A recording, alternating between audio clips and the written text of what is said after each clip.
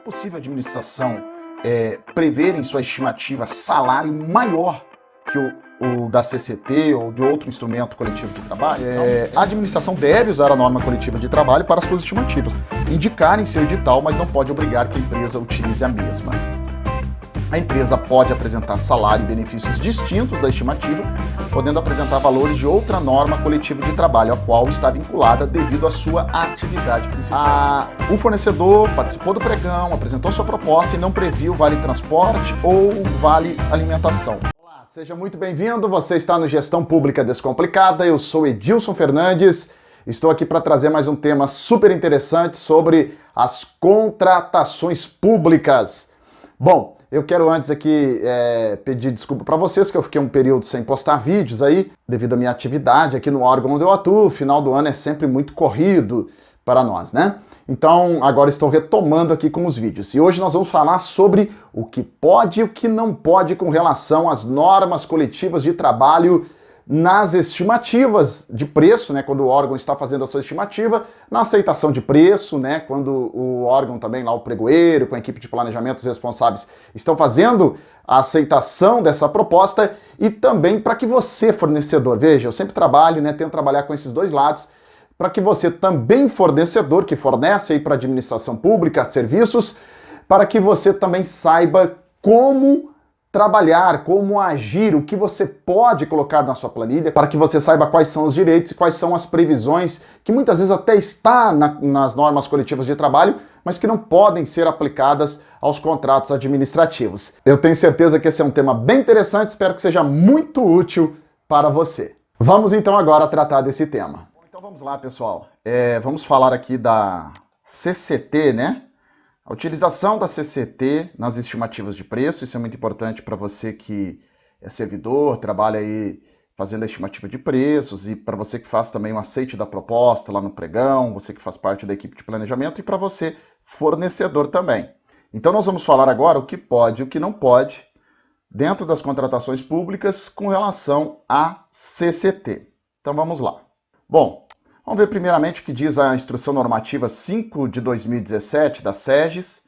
Diz o seguinte, ó, lá no artigo 6º, a administração não se vincula às disposições contidas em acordos, convenções ou dissídios coletivos de trabalho que tratem de pagamento de participação dos trabalhadores nos lucros ou resultados da empresa contratada, de matéria não trabalhista, ou que estabeleçam direitos não previstos em lei, tais como valores ou índices obrigatórios de encargos sociais ou previdenciários, bem como de preços para insumos relacionados ao exercício da atividade. Bom, vamos fazer um parênteses aqui, porque existem algumas CCTs por aí, cada vez mais, né, depois da reforma trabalhista, colocando índices percentuais. Nós temos lá, né, o nosso modelo da planilha de custos, né, para quem... Estou sempre aqui falando para a administração direta, né, administração federal direta.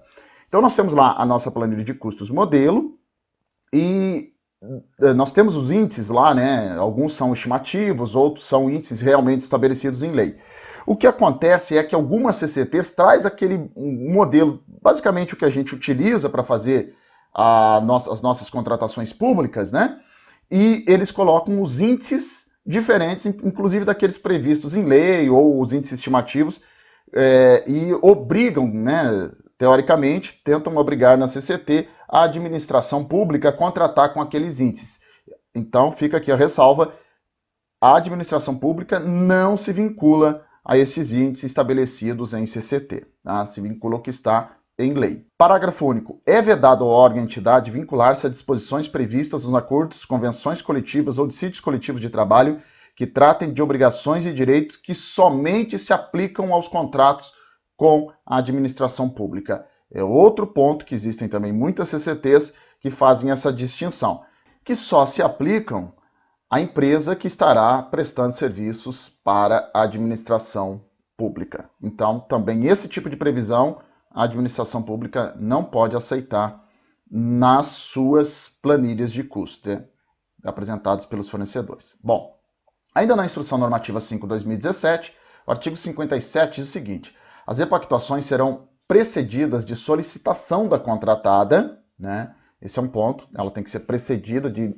solicitação, a contratada que solicita a repactuação, acompanhada de demonstração analítica da alteração dos custos, por meio de apresentação da planilha de custos, por meio de apresentação da planilha de custos e formação de preços ou do novo acordo, convenção ou dissídio coletivo que fundamenta a repactuação, conforme for a variação de custos do objeto da repactuação. Ou seja, sempre no momento da repactuação, né, a empresa apresenta, sempre quando for por motivo aí de alteração de benefício ou de alteração de remuneração dos trabalhadores, ela apresenta nova CCT, apresenta nova planilha com base na nova CCT. Mas olha o que diz o parágrafo 1º.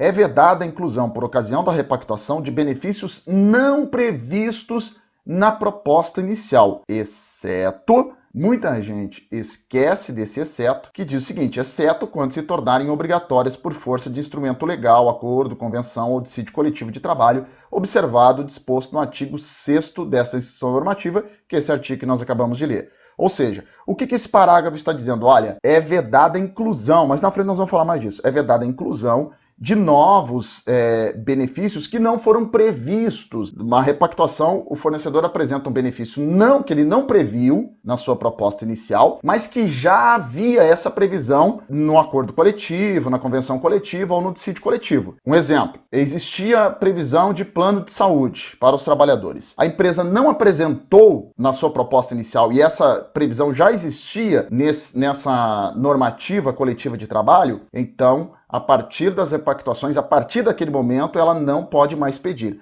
Agora, não existia plano de saúde quando foi feita a contratação. Por óbvio que a empresa não apresentou o plano de saúde, né? Via de regra, não apresentou custo de plano de saúde. Se no próximo ano, ou no decorrer da contratação, em qualquer um dos anos, esse benefício for incluído numa nova CCT, num novo acordo coletivo ou dissídio coletivo, aí sim a administração se obriga a incluir, né, a repactuar esse contrato, incluindo esses valores. Mas, repito, se já existia essa previsão desse benefício quando foi contratado e a empresa não colocou isso nos seus custos, ela não poderá colocar daqui para frente, até que se encerre o contrato, ela não poderá incluir esses custos. E sempre lembrando aqui, né, do artigo 6º, que traz esse rol de obrigações que muitas vezes está estabelecido na convenção coletiva, mas que não se aplica à administração pública. Nós vamos falar mais dessa situação de não estar previsto na proposta inicial, depois o fornecedor querer colocar esse custo nas próximas repactuações. Bom,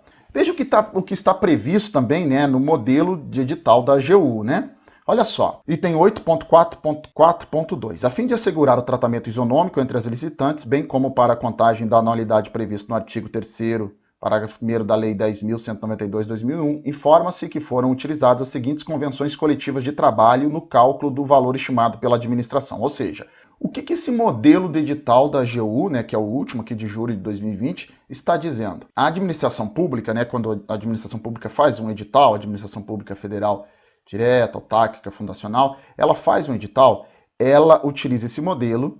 E nesse modelo já está essa previsão de informar qual CCT a administração utilizou para chegar no cálculo daquele posto de serviço, ou daquele metro, né, se for uma contratação por metro, por outro meio de contratação. Aí existe, sempre quando está em vermelho lá no modelo da AGU, né, para que sejam preenchidas. Então, nesse caso, a administração pública indica qual a convenção ela utilizou. Mas existe depois um outro item no modelo da AGU, que é o item 8.4.4.2.2, que diz o seguinte: os sindicatos indicados nos subitens acima não são de utilização obrigatória pelos licitantes.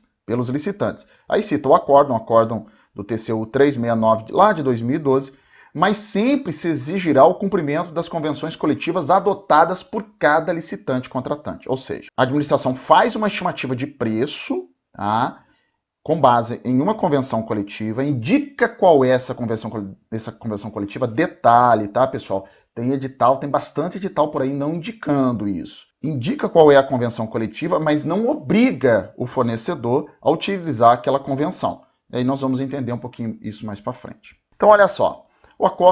Tem um acordo mais recente, né, acordo 1097/2019 do TCU, do plenário, que diz o seguinte: dar ciência à Agência Nacional de Transporte Terrestre, a ANTT, com fundamento no artigo 7 da resolução do TCU de 265/2014, sobre as seguintes impropriedades falhas identificadas no pregão eletrônico 30 de 2018, que resultaram na desclassificação indevida de licitante, para que sejam adotadas as medidas internas com vistas à prevenção de ocorrências semelhantes. Item 9.3.1. O que ocasionou essa desclassificação desse fornecedor e que foi indevido segundo o acordo no TCU? A utilização na planilha de formação de preço de norma coletiva do trabalho diversa da utilizada pela agência para a elaboração do orçamento estimado da contratação, tendo em vista que o enquadramento sindical é aquele relacionado à atividade principal da empresa licitante e não da categoria profissional a ser contratada, em atenção aos artigos, aí cita os artigos lá